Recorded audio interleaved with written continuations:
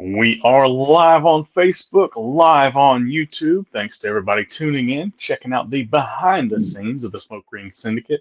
This week we're sitting down with Kenneth Cunningham, brand ambassador, caterer, barbecue extraordinaire. Can you hear me, buddy? Yeah, man. How's it going? Man, going pretty well, pretty well. Uh, we are live streaming this to Facebook, live streaming this to YouTube. This is the behind the scenes. So you might get a little action from blunders and word mix up salads, but those will not be in the final episode for the Gotcha. podcast. Awesome, man. So I appreciate you if you having me watch, on. absolutely. So if you watch it live, you get to see me act like a fool and forget what I was saying, and sit there and just stare at the ceiling for about 20 to 30 seconds until I figure out what the hell it was I was saying. Yeah. Awesome, man. You ready to get started? Yeah, man. Awesome. We're going to hit the intro and we'll get right into it. What's up, guys? Wes the People's Pitmaster back again for another episode of the Smoke Ring Syndicate. It's my weekly barbecue podcast that drops every Wednesday at 5:30 a.m. Eastern Standard Time. This week, we're sliding into the end of the year. We've got our guest, Kenneth Cunningham, on the line. Kenneth, can you hear me, buddy? Yeah, thanks for having me on. Absolutely, absolutely. Kenneth Cunningham of the North Texas BBQ Addicts. I guess if you're going to be an addict to something, barbecue is probably not a bad way to go, right? Yeah, you're always going to be eating good. You know that. Absolutely. So, Kenneth Cunningham, North Texas BBQ Addicts, brand ambassador, caterer, a little bit of everything in the barbecue world. Uh, this is kind of the embodiment of what I see the Smoke Ring Syndicate of, being barbecue lifestyle. You're barbecue in kind of everything that is, that you do on a daily basis. So this is exactly where we are. We're not being barbecue adjacent with Simpsons creators this week. We are full on barbecue and foodie intros. Man, walk me through. I mean, you're obviously in Texas, so like when you guys are born, they give y'all a rib instead of a rattle. But what got you into barbecue? I think I actually was given like a tomahawk bone or something, like a tomahawk steak bone at the time. No, honestly, like the name North Texas BBQ Addicts.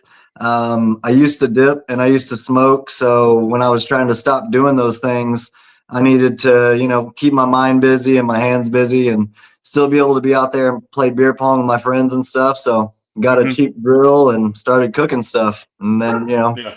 I'm addicted to cooking now. So I want to cook on all kinds of smokers and learn how to do all of it. Yeah. Awesome, awesome.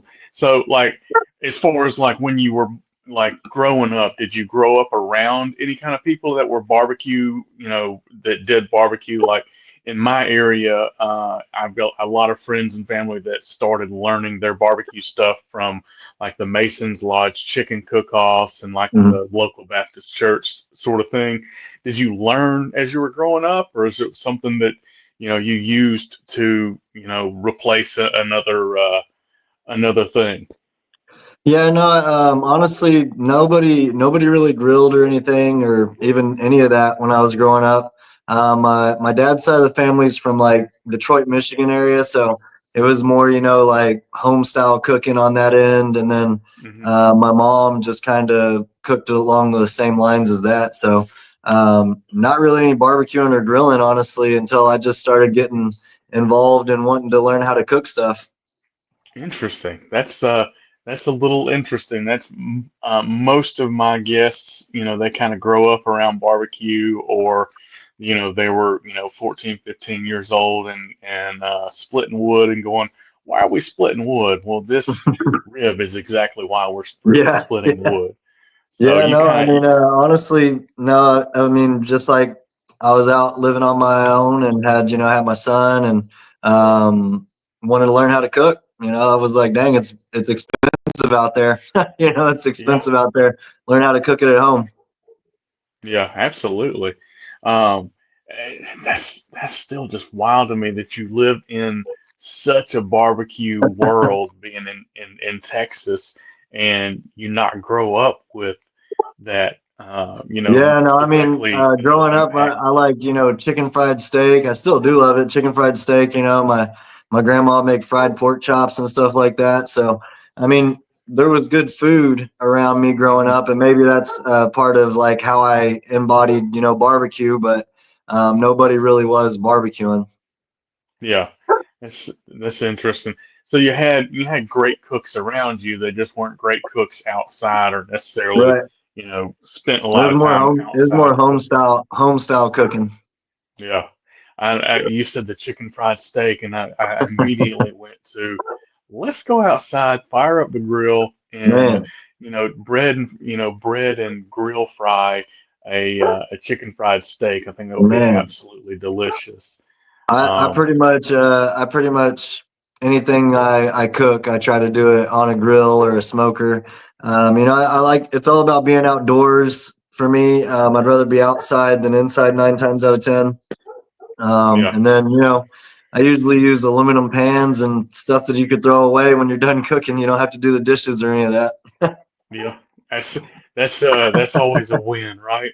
You Yeah, skip the dishes. You get to enjoy the food, and you get to skip the dishes, and it just makes toss it in the cleaning the trash. grill up. Yeah, it Yep. makes cleaning the grill up pretty easy too, though. Yeah. So you were talking about the chicken, where I was talking about the chicken fried steak. I just absolutely, like right before we were live in here, I was scrolling through the Facebook memories, and I had a General So chicken taco that I had made on the Dang. grill. I breaded and grilled the breaded chicken with some Pam spray for the Dang. oil, and this, I guess, almost like like an air fryer, but on the smoker, on the Yeah. grill rather. And I was thinking about that and thinking about the chicken fried steak, and I'm like, hmm, that sounds like dinner. That's what Yeah, that sounds like. one of the coolest things that is like out of bounds that I've made just completely on the smoker is I made smoked biscuits, brisket, and sausage gravy all on the smoker. The biscuits, the gravy, and then I did the sausage and then put some chopped brisket in there as well. All on the smoker as a rec tech, and man, that was killer. That's awesome. I love the outside of the box cooking. I did the biscuits and the sausage gravy on the smoker Yeah. a little while back, and the biscuits were beautiful. The Hmm. biscuits needed some more salt, but you couldn't tell that in the picture. You couldn't tell it, Yeah, yeah, but yeah. That's just but personal preference. yeah. It's personal preference. We're on a low sodium diet over here, exactly. But I mean, as soon as you hit it with that, that gravy that's got plenty of salt in it, and Hmm. it was, I mean, it was great. It was perfect then. Yeah, But the biscuit solo, I was like, I need a little salted butter on need this. needs that gravy love. Yeah, little gravy love. So you've gone to, start teaching yourself how to barbecue. Did you follow anybody in particular, or is it just kind of trial and error and eating terrible food for a little while? What was your learning process? Well, honestly, I used to be in mortgage for 8 years, so I had like just a computer desk job and always had something on YouTube kind of going on the side there while I'm doing my work, and it was typically barbecue. And at that time, I was watching T. Roy Cooks. I'm not sure if y'all are familiar with Yeah, who T. Roy Cooks is. yeah. I would watch T. Roy Cooks and Baby Back Maniac and Mm-hmm. people like that, aim them and claim them smokers. And then, I would comment on their videos. And one time they started commenting back, and I was like, whoa, these people are, they're real people. This is pretty sweet. Yeah. And I had already started kind of posting pictures of my barbecue and stuff just on Facebook. And so I was like, well, I'll see what I can do. Let me start a YouTube channel. And I had already started the North Texas BBQ Addicts Facebook group. So I was like, Mm-hmm. let me see if I can put some videos out. And if nobody likes it, I'll stop doing it. Yeah. Well, and you start making the YouTube videos, start making content, and the benefit that folks that don't do creative, barbecue creation, creative stuff for online is you get to eat whatever it is that you're photographing. So that's always the win. Yeah, yeah. I mean, I had no idea what I was doing with the videos and stuff. I tell people all the time. I mean, I'm always learning how to cook in general too, but I was learning how to barbecue when I started the group also. So it's been a learning process for me, cooking to making content to now I need to edit the video. So it's all a learning process. Yeah. So the North Texas BBQ Addicts, you guys are hovering around 309,000. So is it like pretty much everybody in Dallas is following, is or you have that many friends? What's the No, there is a lot. I mean, primarily most of them are in North Texas. And that's what it started was, like I said, knowing people in this area that were cooking and wanting to have a place for everybody to put it. And then, so it's predominantly in North Texas, but the 309,000, it's worldwide. It's all over the place. People will identify to Texas barbecue. They like to follow it, like to learn it. Maybe they visited before, and they just want to stay part of it, or maybe they used to live here and don't anymore. So just yeah, plenty of reasons for why people all over are in it. yeah, or they live in Atlanta and they just like talking barbecue.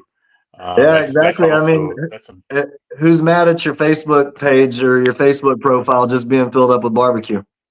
Yeah, well, and I was scrolling through the old Facebook, and I was like, man, I just added a bunch more barbecue in here. Now I'm having to kind of like look Yeah, through because I've got a barbecue group, and I'm like, I'm not seeing half of the stuff that I normally see from my group. I'm seeing all this North Texas stuff, yeah, and you see it, and somebody asks a question, and if you've got the answer, you're like, oh, let me answer that question, yep, and then you're interacting with that, and that your algorithm will just eventually turn very Texasy, yeah. um, eh, Uh, the yeah. interactions there, but it's Sorry, not a sorry bad to do thing. that to you, bro. Sorry to do that to you. Uh, it is what it is, man. It is what it is. It's still barbecue at the end of the day. Yeah. It may not be Georgia barbecue, it may not be South Carolina, it may not be Missouri, but Texas barbecue is delicious, anyways. Man, I tell people all the time, I like going all over the place and trying whatever it is they are barbecuing, just because it's not Hmm. what people say Texas barbecue is. I just like the atmosphere of doing the cooking outside, and it all comes down to like your personal preference and flavor profiles, what you want Yeah, to cook and stuff like that. So I like to go all over the place and try that food. And then, maybe I take a part of that and, put it into something I cook at another point. yeah, absolutely. So you've got the group, and I mean, you said 2016 is that when you started it? Yep. So I mean, you're 8 years, fixing to be 9 years in, and 300,000 followers, and you're making some YouTube content. You were in the mortgage space. Is that what you said? Yep. Yes, sir. So at what point do you transition from houses to being behind houses cooking barbecue? Man, I tell people all the time, in those 8 years, it would be very economy based. Like every 2 years, it just would be a part of the industry. You'd get laid off, man. I'd be like, I'm gonna hang out for a little bit. I'm gonna hang out, and then I mean it would be like a month or 2 months, and I would always get another mortgage job. But that's just Hmm. how mortgage is. It was like every 2 years or something, you're either good or you're not, and it would be like a 2 month period.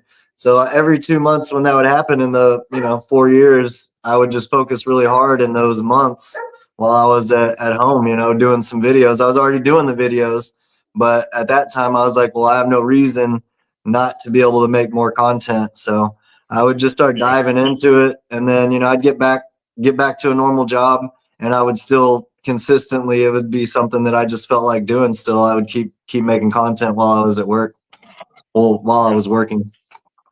Yeah. So multitasking, and there's no longer a mortgage company over your shoulder. So now it's full steam ahead barbecue. So Yep. you made that jump in what, 4 6 years? So actually this year, December 1st, it's been 4 years that I've been full time in social media content. And I was offered a really good opportunity to work with one of my sponsors that I still work with, to help me consistently still pay my bills and do content. So, Yeah. that's the way that I was able to step away from just working, my normal job that I was doing. And then, just more opportunities came the more that I had the time and the freedom to be able to create. Yeah. Well, it's an opportunity creates opportunity, and being open to that opportunity and having the the time to where you have that Mhm. as an opportunity too. Um, so It's you're all doing about, content all about creation. taking advantage of the time that you do have to do it. When I Yeah. was luckily mortgaged, most of the time I never had to work face to face with anybody. So most of Hmm. my jobs, you could kind of make your own time as long as you did 8 hours. So I would usually get to work at like 5 in the morning. And that meant that I would be home by like, 2 or 3 in the afternoon. And so that would Yeah. still give me time to, make a video on ribs or cooking steak or and then I would just slowly at that time work on editing my videos, like on lunch breaks and stuff, honestly. Yeah. So it's kind of multitasking until you don't have to multitask, or the multitasking that you are doing is kind of like it's kind of in the same, all in the same realm of Hmm. barbecue content, and from that you get little catering jobs here and there. Yeah. Um, so most of what it is that you do for a living is content creation, and it's not necessarily even the group that you run of 300,000 people, Hmm. right? I mean, it all plays into everything. It really is a blessing to have that many people behind like a barbecue community like North Texas BBQ Addicts. So that's it. All kind of plays into it. I wouldn't have been known as doing something, as far as content creating, unless so many people did want to be involved and be a follower and a supporter and a part of the barbecue family. So it's definitely gave me awesome opportunities. Yeah. So it's almost a built-in audience per se, but it's not like it's not a revenue stream like directly. Right. It's No, kind of it's it's not still no, I mean, I it's don't like, not on Facebook or, anything like that. No, it's just the barbecue free community time. name and the group. And then, it's also, Instagram and YouTube and TikTok, and anywhere else that people typically seem to want to get barbecue content. It's just a good way to Yeah. connect. Yeah, that's it. So that's almost your break room. Yeah, no, From having I mean, I told my buddy the other day, I know that North Texas BBQ Addicts is on Facebook or on TikTok or YouTube or Instagram, but it's almost like its own little platform inside of that. I only go to those platforms pretty much to, interact with the barbecue family. yeah. So your catering, you've got the Facebook group, you've got the content creation. Um, any rubs and sauces on the horizon, or I mean, kind of I do, classes, that sort of thing? I do have a barbecue seasoning out. I don't really push it a ton, but I do love that people use it. It's sold online. We used to have them in a lot of barbecue stores before COVID. But mostly online now. It's called North Texas Barbecue Addict Smoke Shake. It's all-purpose Hmm. seasoning. But primarily, I don't really like to make people feel like I want them to buy something. I just want them to enjoy the experience. And then if they like to buy the hats or the seasonings or the decals, that's just awesome. So I do have those options. I have the website up where people can buy, I call it NTBA swag. Hmm. And people are free to go to it when they want to and order stuff. Yeah. Well, go ahead and hit me. Go ahead and hit with the website for that. It's ntxbbqaddict.com. Awesome, awesome. Well, Yep. I will be checking that out here in a little while. I don't know if that I need more barbecue shirts, but um, you can I pretty always much, look for more outside barbecue. of sports clothes, it's barbecue hoodies or shirts. That's that's pretty much what the Yeah, the normal day-to-day attire is. yeah. I'm a button down with a tie for work, or a Harley shirt, or a barbecue shirt. So I swapped the sports for the Harley stuff. Not that I Yeah, don't like some sports, but I don't have time to dedicate to sit down for that exact thing. So if I'm gonna watch something, it's gonna be a streaming something. yeah, It's not not a time structured thing for me. for So sure. you've you've made it to barbecue content creation land that you can do full time.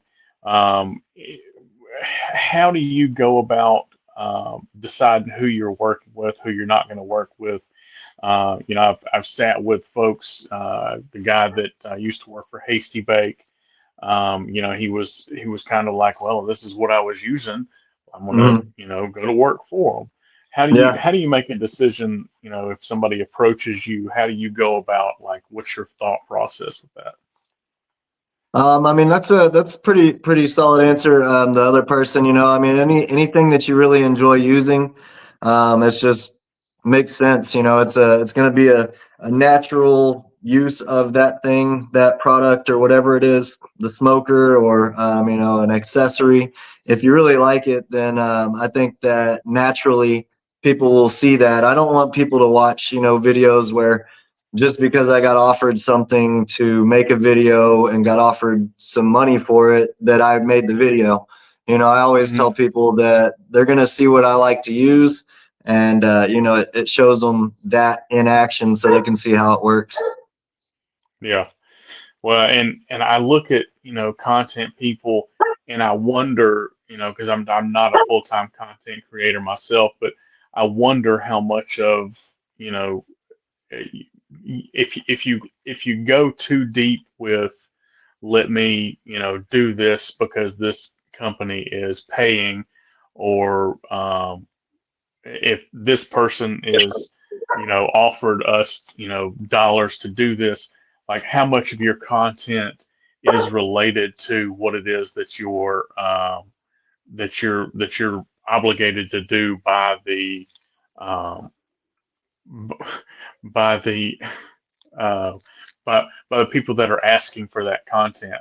So, like, uh, I'm almost rambling here, but kind of, I wonder how much, if you go too deep with, okay, let's get a sponsor from a spatula company, and the spatula company says, well, we want you to flip hamburgers, but they have to be this type of hamburgers. How much of that, of those choices, are, do those play into what it is that you're doing? What happened here? Do I I have two have you people on. on there? Yeah, you're on here twice for whatever reason. I'm Okay. fixing to Yeah. I don't know what's going on. remove. There it goes. There it goes. Yeah, well, I was rambling on and on and on, and I might actually just leave this one because I was pretty proud, because you were completely gone, and I just getting it.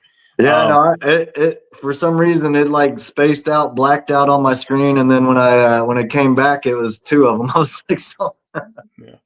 Well, you had come in as for whatever reason the other one was still in the same window. Mm, But what I was talking about was when you're doing a creative something for a company, how much of what it is that they want influences what it is that you want to do. Like if you've got a spatula company's like, we want you to make a video with our spatula, we're going to give you $20 million. but it has to be vegan hamburgers. Hmm. What it, when you're doing the content creation, I think part of the allure is the artistic freedom from it. Do you find that companies are, that you've worked with that are like, hey, you got to do it this way, you got to have this in there? I mean, you've got to have slogans and that sort of Hmm. thing in some of those content creation things, but do you find that to be detrimental to what it is that you do, like how you express yourself in the No, barbecue? I think most people that I work with or have worked with typically already see the content I'm making, and it's more that they enjoy that style of video. Hmm. So they kind of give me the freedom to just use it how I would use it. If it's a Yeah, spatula, I have a really big spatula.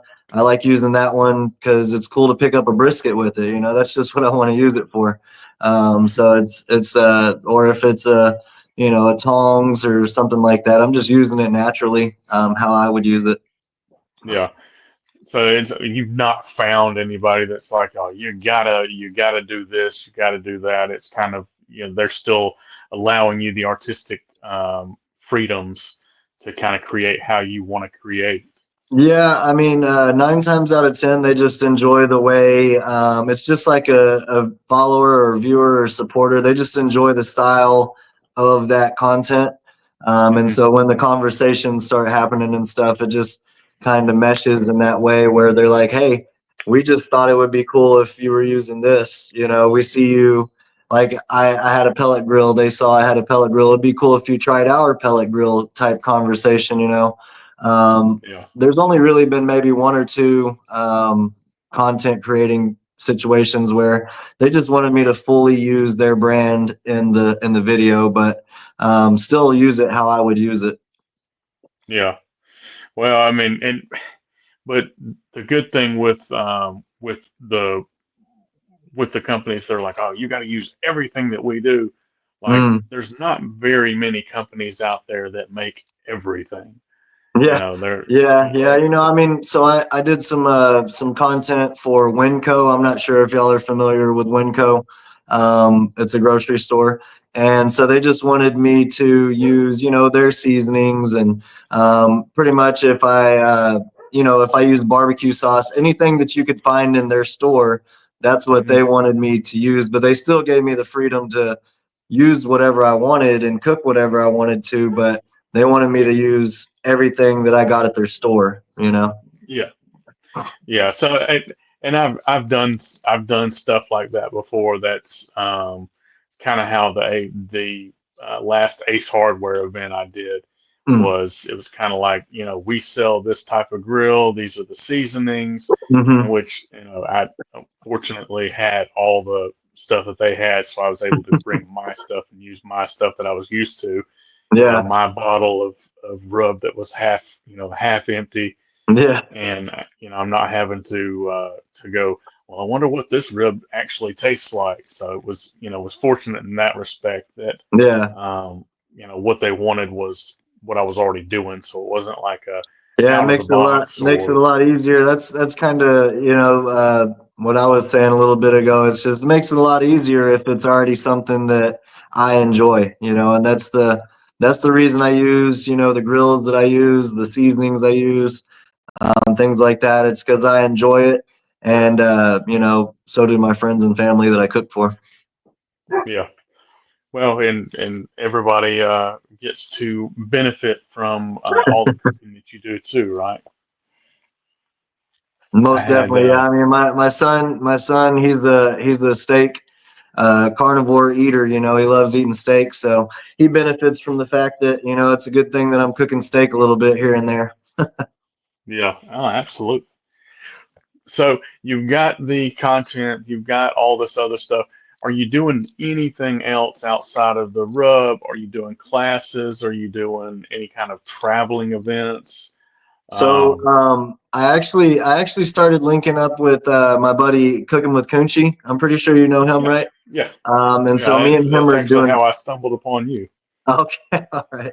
Me and him are doing barbecue classes together. So we've done two barbecue classes together so far. We did one in Florida out there where he is, and then we did one out here in Texas. So we're linking up to do some barbecue classes. It's going to be it's called Backyard Barbecue Academy, where it's all Hmm. about typically showing people the routines and processes to get really good barbecue without all the bells and whistles that some people, might want to make you think that you have to do to accomplish good food. So we're going to Yeah, do classes. We're ramping those up more this upcoming year, actually. yeah, awesome. So mustard is a binder or no? I mean, if you want, that's a you thing. Yeah, no, I mean, I've done all the binders. It's I just got back to the basics. I mean, even my ribs, I don't wrap them. I like the way that unwrapped barbecue ribs taste like. My briskets, I don't spritz my briskets. I just cook them until they get that bark I like, and then I put them in an aluminum pan and cover it in foil and finish it that way. Very standard ways to cook, but Hmm. accomplish really good barbecue. So, I mean, you can do all those things, binders and stuff. It's not, again, that's just the way that I'm not cooking currently. Yeah. So you've gone through that as the part of your learning process, and you've I've tried all the learned some binders, but I things. can't get down with the mayo binder at all. I've never tried that. That's just something about that does not seem right. So I haven't haven't Yeah. tried that one, but Well, Deuce Raymond. I'm not sure if you're familiar with him. He did a brisket with that, mm, and Deuce Raymond is Sweet Baby Ray's. That is his family legacy, and oh he's wow. got his own restaurant and catering and all that. But he is also kind of a social media guy in his own right. And I told him, I said, bro, I said, you're lucky we're friends because I would have completely blocked you if I'd have seen this as the first thing I ever saw. So recently, one of my friends from school when I was growing up, they also still follow the stuff that I'm doing. Asked me to do a honey aged steak. I don't know if you watch I saw it. Max the meat guy. Hmm. That's what that came from, and so I tried that out. I like to do the experimental things like that and stuff like that, but as far as like when I'm cooking most of my food, I just I used to spritz. I used to use all the juices and stuff, and it's just not my style anymore. Yeah. Well, it's now you do grown up barbecue. Yeah, yeah. I used to do Uh, middle school barbecue. Now I'm in like ninth grade. I'm like ninth there grade you now. go. And that I'm going to completely irritate somebody with that comment. It's definitely going on social media. There's no bad press in social media, right? No, So all the classes and everything else that you've created around yourself and partnered with different brands, where do you see North Texas Barbecue Addicts and Kenneth Cunningham going from here? I mean, what's the next step and the next alliteration of what it is that you're doing? I always just want to continue to grow and progress, but always stay true to my roots and my style and the way that I have been blessed to be able to accomplish some of the things that I have. So, going forward, I would just hope to, whatever opportunities come about that make sense for me to, work into. I just want to make sure that I get to stay the way that I do, the way that I do things. I Okay. just like to cook, like to enjoy the community, and opportunities that come up. Just got to take those one by one and see how those play out. Yeah. So no restaurant in your future. Nothing No, crazy like that. no, no restaurants. I did have a food truck for 2 years actually. I used to do the food truck on the side of all the stuff that I do barbecue related as well. And Hmm. it just right now I'm blessed enough to be very busy on social media, and it's hard to have a restaurant or something like that and continue to do the other things. But it did give me an appreciation for, barbecue restaurant owners and my friends and stuff that I've gotten to meet that are barbecue restaurant owners and stuff like that. So, shout out to them for sure. Yeah, absolutely. So, all the wherever kind of wherever the wind blows you is your future plans. There's Yeah, nothing in I mean, concrete. I always like to set myself a really strong but accomplishable goal every year. And so that whatever those goals are each year is pretty much my focus. That's like the blueprint, and then things might come along the way, and kind of take those opportunities one by one. Yeah. So what do you think for 2025? Can you go over? Have you done your goal planning, your goal setting? I mean, we're getting awfully close to 2025 at this point. Yeah. I mean, surely you have. Yeah, last year my goal was to be able to somehow get on TV cooking. And I got to be on the news during the summer. I did a barbecue edition with a local news place here, so that was something that was really cool. And this year I would love to maybe become a contestant on a barbecue show or something like that. I would enjoy that. So I think that's Yeah. something that would be a focus a little bit more. Yeah. Okay. So it's a big goal for a lot of people, but I don't think it's a crazy stretch. Yeah, I mean, that would probably be on a stretch goal because it'd be something that's a little outside the box, right. but it's still achievable. Yeah, Um, I mean, it's the way that I look at it is if you ask for, something like a big stretch, and then even if you get to 80% of that, then you're that much closer. So I approach everything in baby steps. Like, I mean, I didn't get the numbers right away as far as followers, or sometimes my videos don't go over thousands of views and some of them do. And I just take it all in baby steps, and just appreciate what's going on. yeah, so it's kind of appreciate being in the moment. Right. Yeah. That's that I've struggled with that myself, and I'm sure everybody else does as well. Right. Um, just FYI, this particular video will not get over those views. Won't be top. This won't be Yeah. a top one that you want to pin No, man. No, more I, than I, likely. I appreciate you letting me come on and talk about barbecue and stuff. I always enjoy it. I'm not, doesn't matter about the views really. I enjoy just, talking with like-minded people. That's pretty much what the barbecue group is about, is, connecting people in a good way all around barbecue. And, it's always fun to get to chat with somebody that enjoys other stuff like I do. So Yeah, absolutely. Uh, so you want to hit me with your social medias, and we're going to table this episode. And I kind of got a feeling that 2025 we may end up doing an episode live.